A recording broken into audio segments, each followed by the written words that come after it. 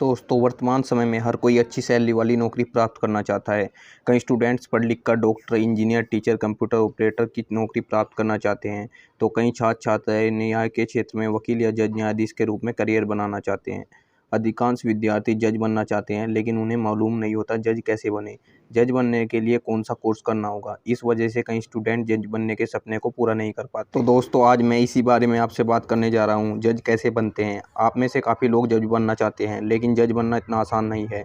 जज बनने के लिए आपको LLB डिग्री कोर्स करना होगा। 12वीं कक्षा या ग्रेजुएशन के बाद आप LLB कोर्स कर सकते हैं। 12वीं कक्षा के बाद 5 वर्ष का LLB कोर्स या ग्रेजुएशन के बाद 3 वर्ष का LLB कोर्स करना होगा। दोस्तों जज बनने के लिए सबसे पहले आपको 12वीं कक्षा पास करना होगा। उसके बाद किसी मान्यता प्राप्त संस्थान या यूनिवर्सिटी से LLB डिग्री कोर्स करना होगा। आप चाहे तो ग्रेजुएशन के बाद भी LLB डिग्री कोर्स कर सकते हैं। 12वीं के बाद 5 वर्ष का LLB डिग्री कोर्स होता है और ग्रेजुएशन के बाद 3 वर्ष का LLB कोर्स होता है। LLB कोर्स करने के बाद जज की भर्ती निकलती है, तब आवेदन करना होगा। प्रत्येक राज्य सरकार अलग अलग माध्यम से जज की भर्ती करती है।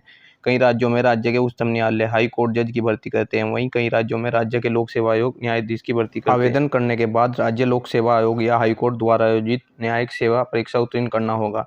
एग्जाम में सफल होने के बाद जज पोस्ट के लिए चयन होता है। चयन के बाद 1 साल की ट्रेनिंग होता है। प्रशिक्षण के लिए कुछ महीने एकेडमी और कुछ महीने सीनियर जज के साथ काम करना पड़ता है।